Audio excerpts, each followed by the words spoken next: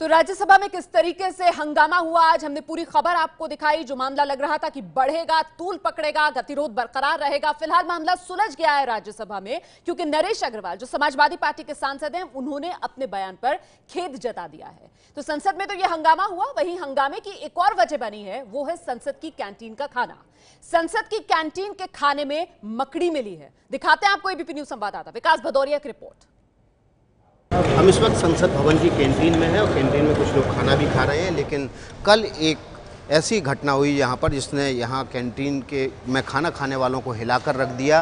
दरअसल संसद भवन की जो रिपोर्टिंग ब्रांच है उसमें निदेशक हैं श्रीनिवासन, वो कमरा नंबर अपने 131 बी में बैठे हुए थे। दोपहर का तकरीबन 1 बजे का वक्त था। उन्होंने खाने के लिए पोंगल और दही चावल ऑर्डर किए और उसके बाद जब खाना उन्होंने खाना शुरू किया तो 2 चम्मच पोंगल खाने के बाद ही उनको उल्टियाँ शुरू हो गईं। बाद में उन्होंने देखा कि पोंगल में एक मकड़ी पड़ी हुई है। इसके तुरंत बाद उन्होंने कुल्ला किया और जो कैंटीन का स्टाफ था उसको बुलाकर खाने में यानी कि पोंगल में पड़ी हुई मकड़ी दिखाई और इसके बाद उन्होंने तुरंत शिकायत भी दर्ज कराई।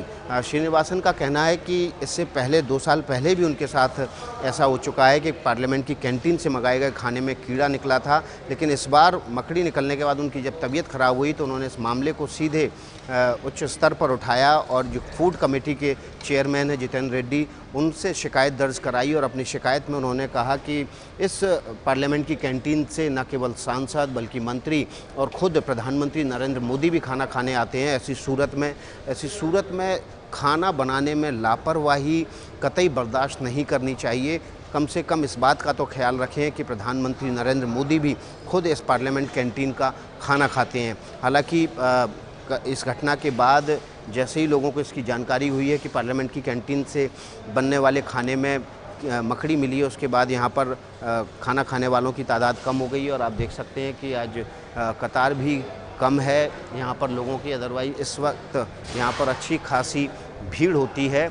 इससे पहले भी पार्लियामेंट की कैंटीन विवादों में रही है। यहाँ पर सांसदों को और यहाँ खाना खाने वालों को सब्सिडी दी जाती थी खाने में, लेकिन सरकार ने सब्सिडी तकरीबन बंद कर दी है।